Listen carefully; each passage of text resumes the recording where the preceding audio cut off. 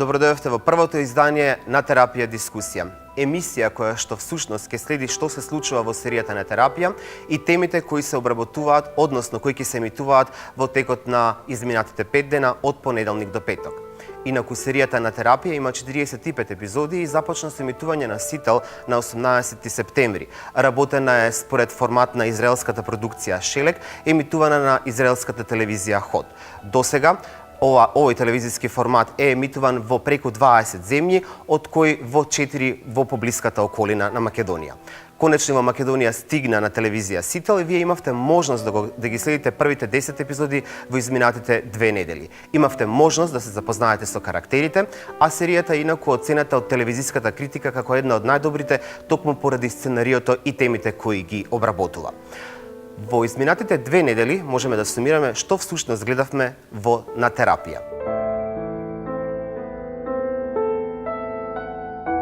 Најнапред се запознавме со Милена, која што има проблем со општеството, но и притисоците од незините најблиски да влезе во брак со незиниот долгогодишен партнер Игор. Дознаваме дека таа се одлучува за брак, но во меѓувреме и му признава на доктор Терзиев дека е влюбена во него. Ми постави ултиматум вчера. Или ќе се земеме, или ќе се разделиме. Ми даде 2-3 дена да одлучам и ако не одлучам, толку е. Јас сум Јелена Јованова и го толкувам ликот на Милена Илиевска во серијата на Терапија. Владо е професионален војник на АРМ кој има поствоен синдром од конфликтот во 2001 година. Всушност, тоа се случува поради убиството на малото девојче. Тој е патриот и има проблем со така наречените лажни патриоти. Заина дете, девојче, јас покав. Се викам Тони Наумовски, играм улогата на Владо, еден многу длабок и комплексен лик, кој што се наоѓа во една транзиција. Потоа ја запознаваме 17-годишната пливачка Ивана, која што после обраќајната несреќа доаѓа кај доктор Терзиев за да добие мислење за неа. Но дознаваме и се запознаваме со проблемите кои ги има во незиното семејство, особено со незината мајка, но исто така и со самоубиствените нагони кои што се појавуваат кај неа. Заклучок по првата сеанса, импресивна, чувствителна и зрела за своите години, многу интелигентна, со изразито независен карактер. Стварно го мислите ова што сте го напишале? Апсолутно. Јас сум Ангела Димитрова, го играм ликот на Ивана. Кај брачната двојка Зана и Гент, главниот проблем кој се појавува е дискомуникацијата во нивниот брак. На сесиите кај доктор Терзиев ние дознаваме и дека Зана е бремена и очекува новороденче. Што понатаму ќе се случува, останува да видите. Лажам, престани да викаш дека лажам. Како да не те викам кога лажга си, бре? Лажга, абе лажга си, бре. Престани да лажеш и нема да ти кажам лажга. Престани да ме викаш лажга. Јас сум Висар Вишка во улогата на Гент. Јас сум Драгана Костадиновска и во серијата на Терапија го играм ликот на Зана. На крајот од секоја недела имаме можност да видиме како доктор Терзиев оди во посета кај својот ментор доктор Вера.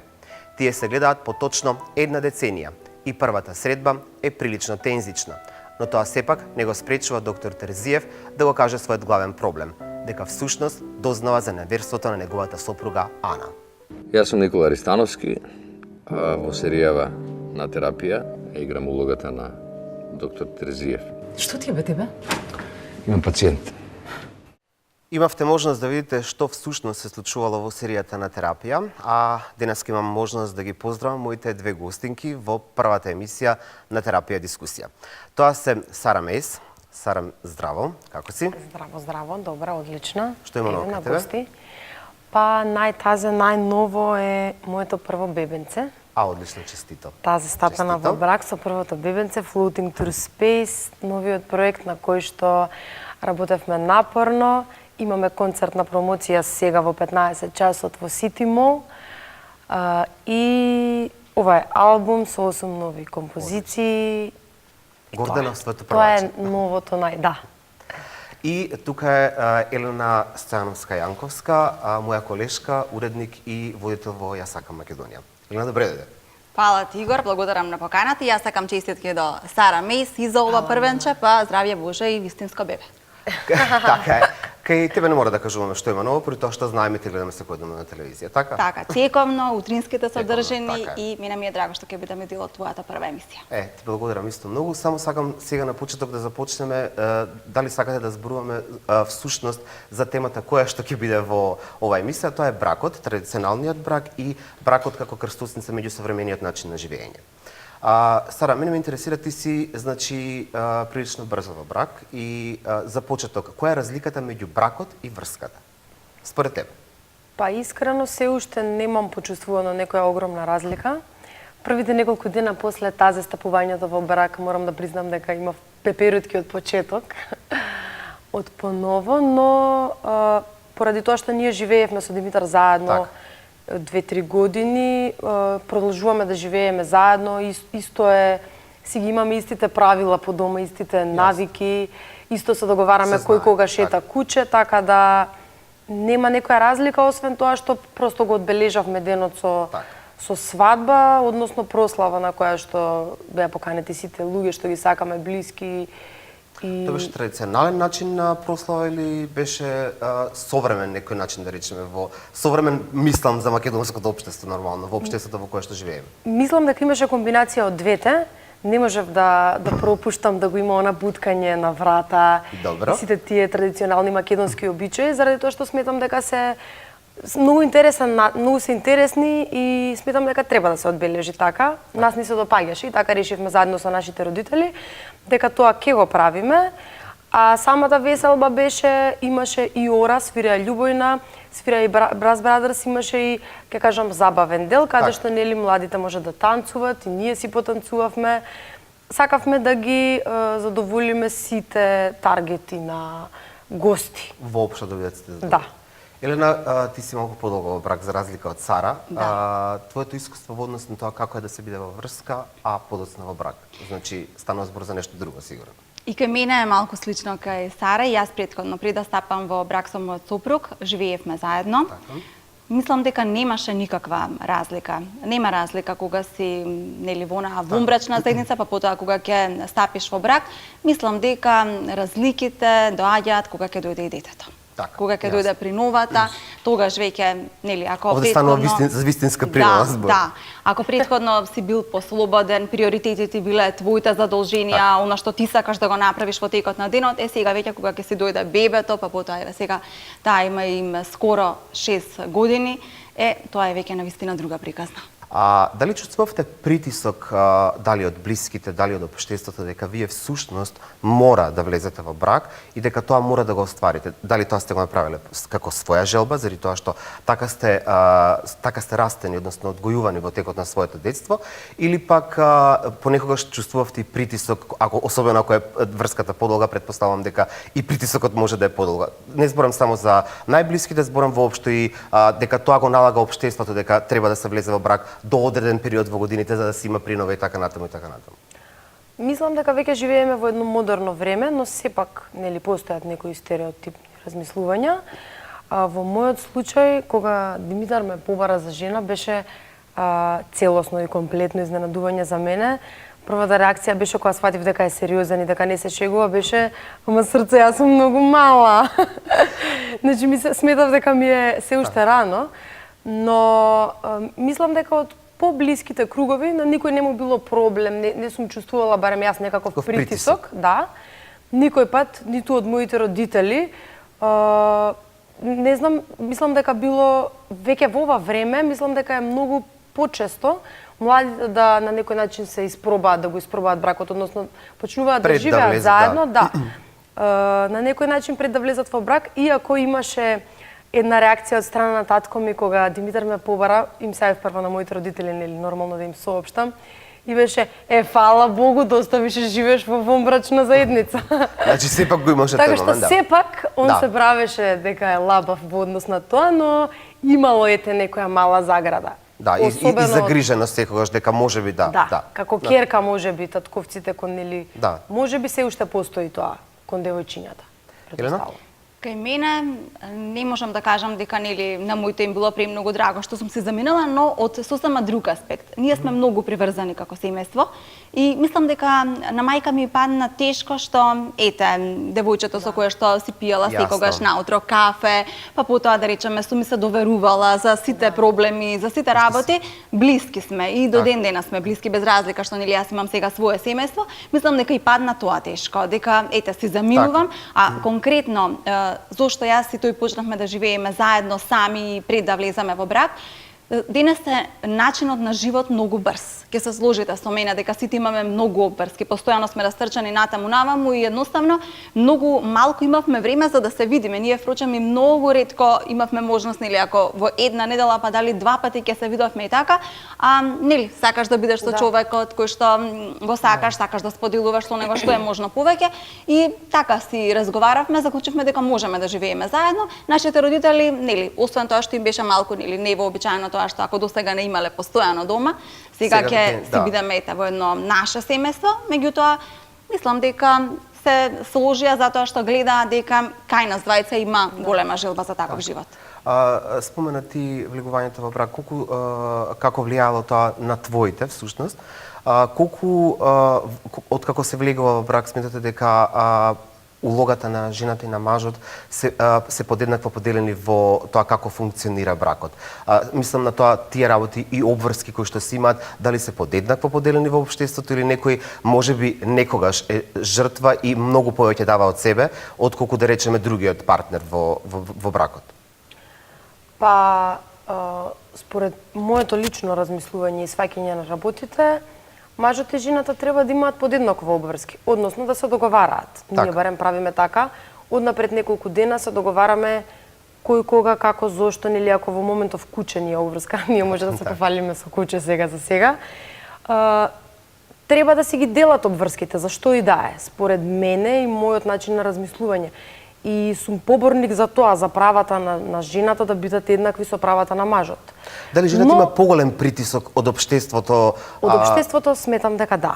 Тоа ме интересира. Се уште во 21 век и во време во кое што живееме, луѓе кои што се нели според мене до некаде ги доживувам напредни и умни, постојат размислувања дека на пример од машки пријатели, колеги ќе кажат нели како е сега со керкичката или со синчето, дуре бебе демек жената ќе си го чува. Јасно. Според мене тоа сулудо малку заради тоа што доколку сакаш да имаш дете, без разлика дали си маж или жена, треба да сакаш да бидеш со него. Треба да сакаш да му посветуваш време на истото тоа дете. А не заради тоа што општеството наложило вие да имате деца или евентуално потомство понатаму. Апсолутно да, заради тоа што веќе си замислам да сум маж и да сметам дека треба жената да ми го чува детето првите години, па јас нема да имам спомени од неговите први насмевки, од неговите први зборови, од како кој ќе ми го врати тоа време или пак ако треба дадилка да ми го чува на пример. Така. Нели поентата е ако нешто правиш, ако сакаш дете, биди со него. Биди со него, да. Елена, ти повеќе би можела да кажеш за тоа, особено при тоа што сигурно предпоставам дека обврските со твојот сопруг се поделени или понекогаш некој повеќе зема обврски, некој има помалку обврски, без разлика како тие се поделени кај вас во вашата заедница? Не знам дали ќе се служите со мене, ама секогаш имаме модел на однесување кое што го гледаме. Значи јас во предходната заедница во која што живеев со моите родители, секогаш татко ми бил тој кој што и помагал на мајка ми, без разлика дали за мене и за сестра ми, да не подигнат, да не воспитаат, да бидат заедно со нас. Да израснете во тоа. Да. И јас гледајќи таков модел, нели, па и претходно од баба ми, дедо ми, гледајќи ги нивните бракови, кај сите било тоа да речам една убава заедница во која што си помагале меѓусебно. И така да не станувало ни збор дека нема да очекувам помош од мојот сопруг. Кога тука би сакала малку и на Сара можеби да ја кажам, затоа што нели кога ќе се случи тоа веќе, кога доаѓа детето и така натаму, имаше една интересна анегдота во болницата, само што се роди мојата ќерка Илина и нели во болница одиме на оние првични прегледи и така и мојот сопруг многу горд дека ете и на него детето личи и сето тоа и дека тоа е многу значајно во целото и докторката му рече да, ти си многу значаен, меѓутоа твоето време доаѓа малку подоцна. Сега нели се што ја води во овој момент е инстинктот. Мајката да се нахрани, затоа што всушност нели сите ние посебно на почетокот од животот се водиме по инстинкти, така да мислам дека и мајката, како што и спомена, е многу од пресудно значење во тој првичен дел од животот и вистина не е дека мојот сопруг не сакал да биде покрај нас и така, но во одреден сегмент кога она била премногу мала, јас сум била тука за неа. Сега двајцата ги делиме обврските.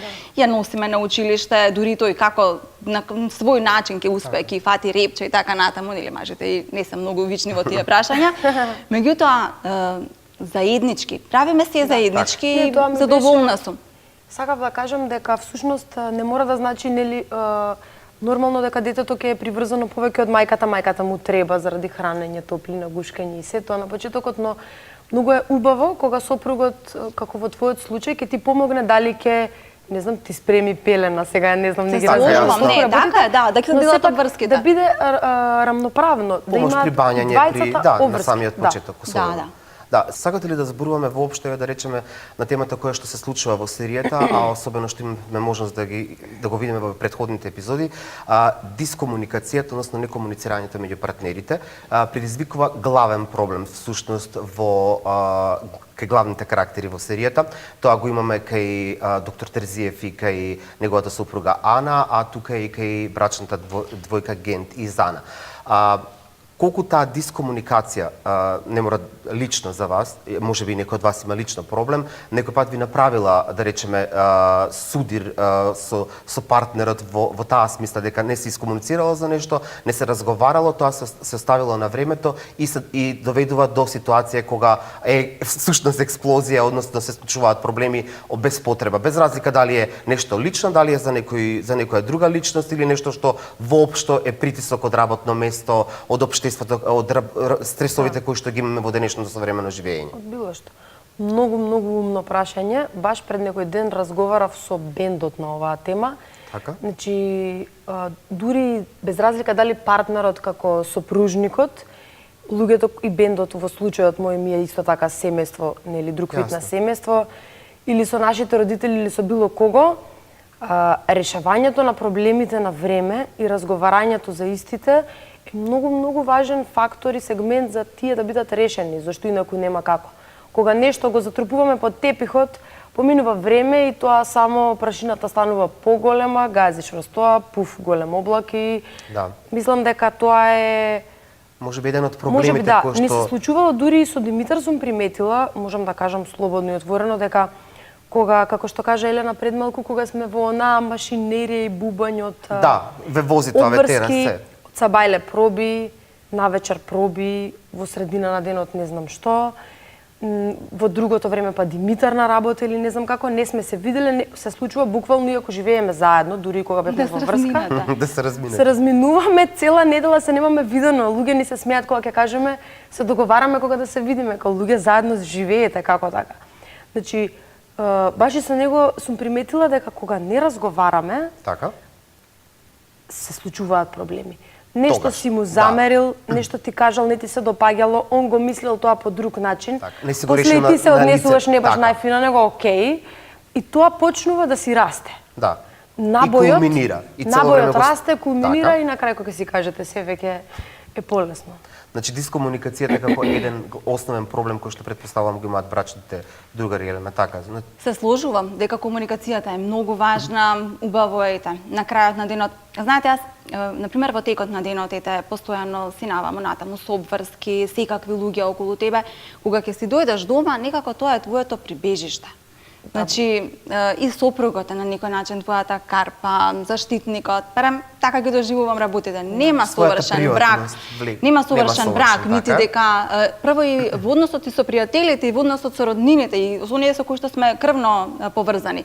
Еве јас конкретно најблиска ми е мојата сестра, па имаме различни размислувања, нели? И плюс кога станува збор за формирање на нова заедница, значи сопругот гледал поинаков модел, јас сум гледала поинаков модел како треба една заедница да функционира. Ние мора да имаме некогаш противставени сваќања, меѓутоа да си кажеме, да се обидеме да го надминеме тоа и не знам сега тука има едно, нели секогаш го кажуваат, бракот е компромис, па не знам што.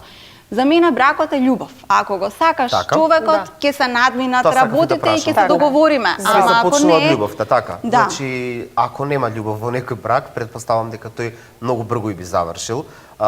Но пресудна е љубовта, а потоа и понатаму ти како што кажа компромисите кои вие ги имате во бракот, така.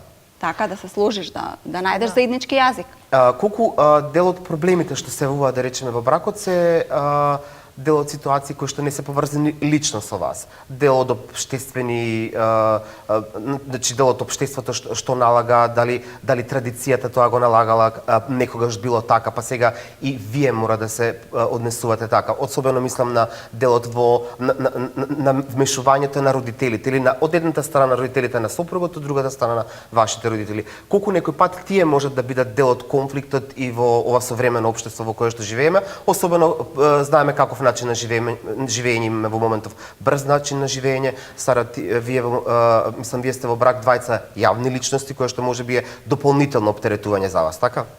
Може би. Па, имало, за среќа, морам да ти признам дека не постои кај нас такво нешто од причина што двајцата сме скроз out of the box и сме си го сватиле тоа дека ние се договараме, само ние. Ние сме само ние. Така. Ние се договараме кои ќе се нашите правила на живот, како ќе го тераме денот, како ќе го живееме бракот и љубовта и се. И нели нормално со нашите родители можат да ни даваат совети, и моите и неговите.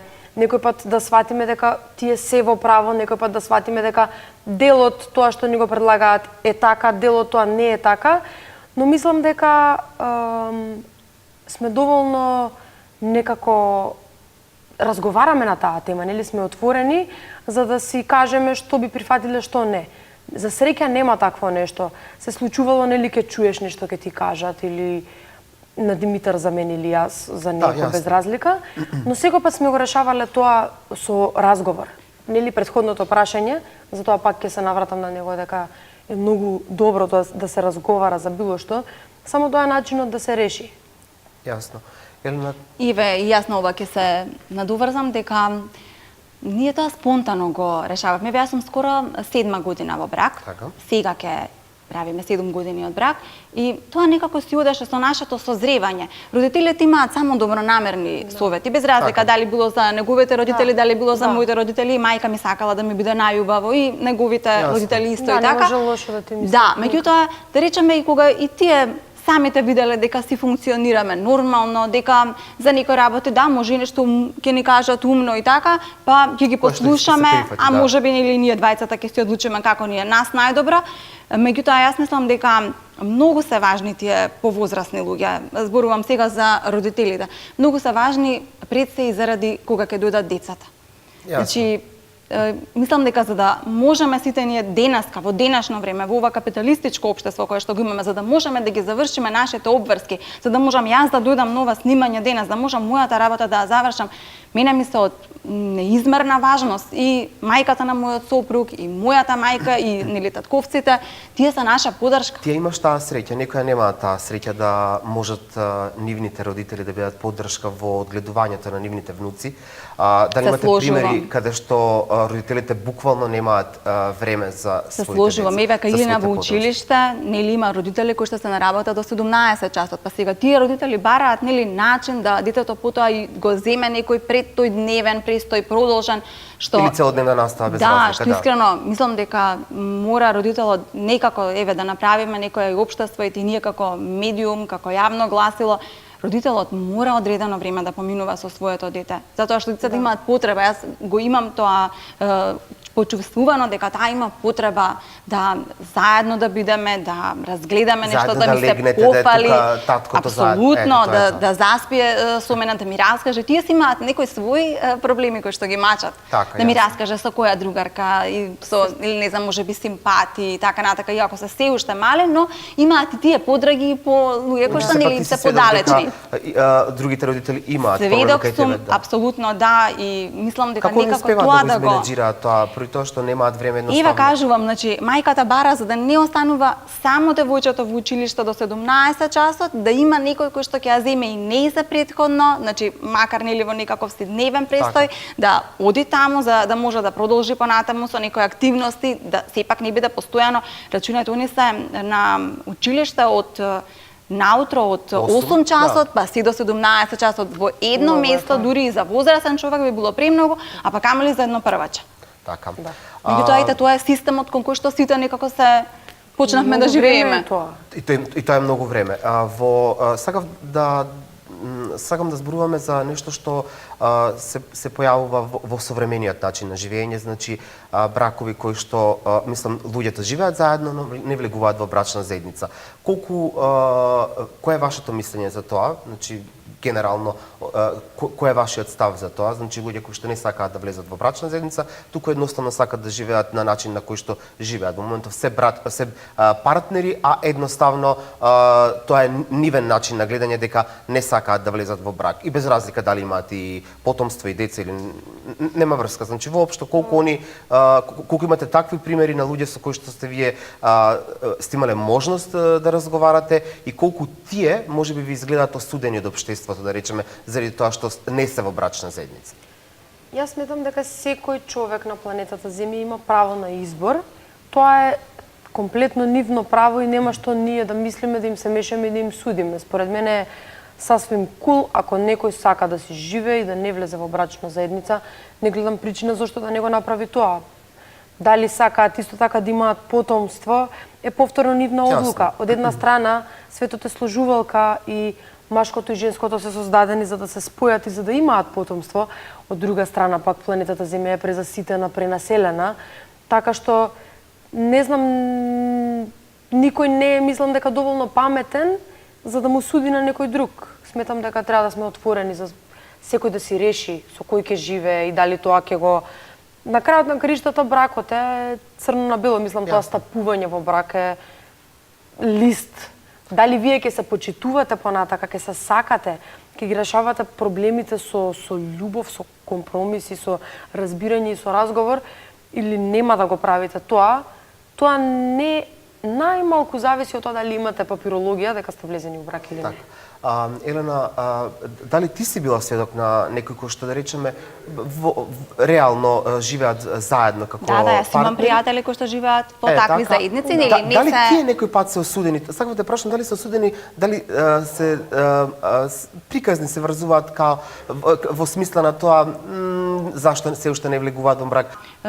Која сум јас да му кажам некому дали да живее во таква или во онаква заедница, која сум јас да се вмешувам во нечи начин на уредување на неговото семејство. И дали можеби припаѓаме на некоја генерација која што веќе ги согледува тие работи, до мене не допира некоја осуда дека тие наши пријатели кои што си живеат така дека некој ги осудува. Можеби нели некој ќе ми рече па ајде што чекате и така.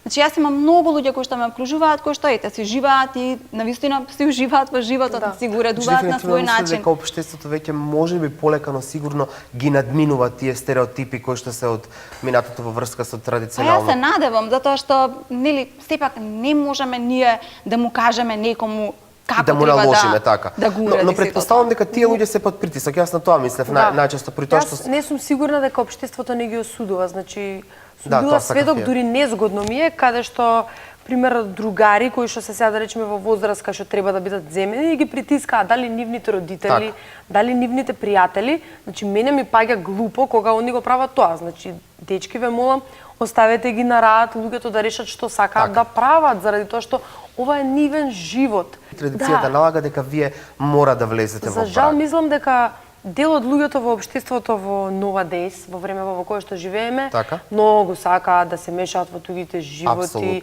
специјалисти. На тоа мислев, да. Специјалисти во сите полиња, они знаат се и они ќе кажат се, нели? Сега пример јас и ти велиме во случајот со Елена дека ние не можеме да се мешаме во животот на другите луѓе. Мислам дека тоа е начинот по кој што треба да се раководат и другите, но нели јас не сум најпаметна од сите, тоа е само мое мислење. Каде да знаеме ние што е најдобро? Да. Да, јасно. Но другите знаат сигурно. Но При тоа другите што тоа се знаат случува. сигурно, Како што така Сара е. рече, сите знаат за нешто повеќе од самиот себе кој што знам што ми е добро, отколку да речеме тие. Или за деца форсирањето. Тоа ми е исто малку језиво да ви кажам вака. Тоа сакав исто. Следното прашање беше тоа. Значи тоа беше следното прашање. Значи, прво има луѓе кои што не сакаат, едноставно не сакаат деца. Апсолутно. Просто не можеме, никој не може да знае зошто пак јас сакам да свирам харфа. Моја желба е тоа, може некој неќе исто така, значи без разлика било каков пример. Некои луѓе не сакаат деца или некои луѓе, не дај Боже, не можат да имаат деца. Според мене постојат теми кои што се некултурни да некој ги разговара. Наметливо е кога некој на некој друг му се обраќа со тоа до кај сте правите ли деца, значи дечки. Таа тема не се разговара. Многу е приватно. Тоа е многу приватно прашање. А мислам дека кај нас често се користи. Често се користи, кај нас е без пардон, нели како што кажавме. Сите знаат. Не, дури ти да имаш едно дете се користи кога е на пат второто дете. Така, јас веднаш и во дебата влегов, затоа што сметам дека е многу приватно. Не само што не можеш да го дискутираш тоа, дури ни со најблиските, ете како што спомена, апсолутно, можеби некогаш станува збор за некој посериозен проблем. Да, и ако е проблем ти би го дискутирала со најблиските, да, здравствен, без разлика, да. Никогаш еве, а па камоли во друштво кога ќе те прашаат што чекате? Хајде второ. Значи не дозволивам. Во мене нема, значи добронамерно е тоа, пак ја кажам. Значи секој нели така го замислува дека треба да биде едно семејство оформено, дека убаво е кога првото дете си има братче, сестриче, затоа што јас имам сестра и ќе кажам, значи непроценливо е тоа. Најголемо богатство е да имаш некого со кој што без разлика што се случило, ќе ја споделиш таа бура и ќе ти биде полесно. Да, но тоа не значи дека треба да се врши притисок врз брачните другари, сепак тие решаваат или Господ решава на крајот. Тоа е. Ама не разбирам кој треба и да одговорат, ви да сакаш и да правите деца условно кажано, како ќе одговориш. Па да, еве сега правиме, па ќе видиме. Чекаме да се фати, мислам, многу е непријатно, глупаво е. Веќе според мене треба да си можеби евентуално исто така дрзок, кој ќе те прашаат па така да му кажеш. Еве работиме. Вечер, плодни денови еве си имаме испланирано. Најверојатно добиваш онаков филинг, односно чувство на дали да одговорам на ова прашање или да кажам нешто на како шега за да може да не ме прашаат следниот. Го гледаш соговорникот и си викаш дали да бидам дрска како него. Да, тоа е. Или Сара држи се. Јас велам Господ како ќе каже. Тука сме некаде ние при крајот на емисијата. Јас мислам дека го скршивме мразот и не бевте како на терапија, туку пријатно се чувствувавте овде во студиото на Сител и она што имате можност да го гледате секоја вечер во 22 часа и 30 минути во серијата на терапија од понеделник до петок. Јас ви благодарам многу за учеството во првата емисија на терапија дискусија и се надевам ќе се видиме повторно во некоја следна прилика. Ти благодариме за поканата. И јас благодарам за поканата и ве поздравувам за целата оваа работа. Благодарам. Само напред. Понатаму вие можете да ја продолжите дискусијата на социјалните мрежи и да зборувате, односно да дискутирате за било која тема која што сте гледале во серијата на терапија. Што ќе се случува со главните карактери наредната недела, ќе имате можност да гледате секој ден од 22:30 во серијата на терапија. А која ќе биде втората тема на терапија дискусија, останува да знаете наредната недела. Поздрав!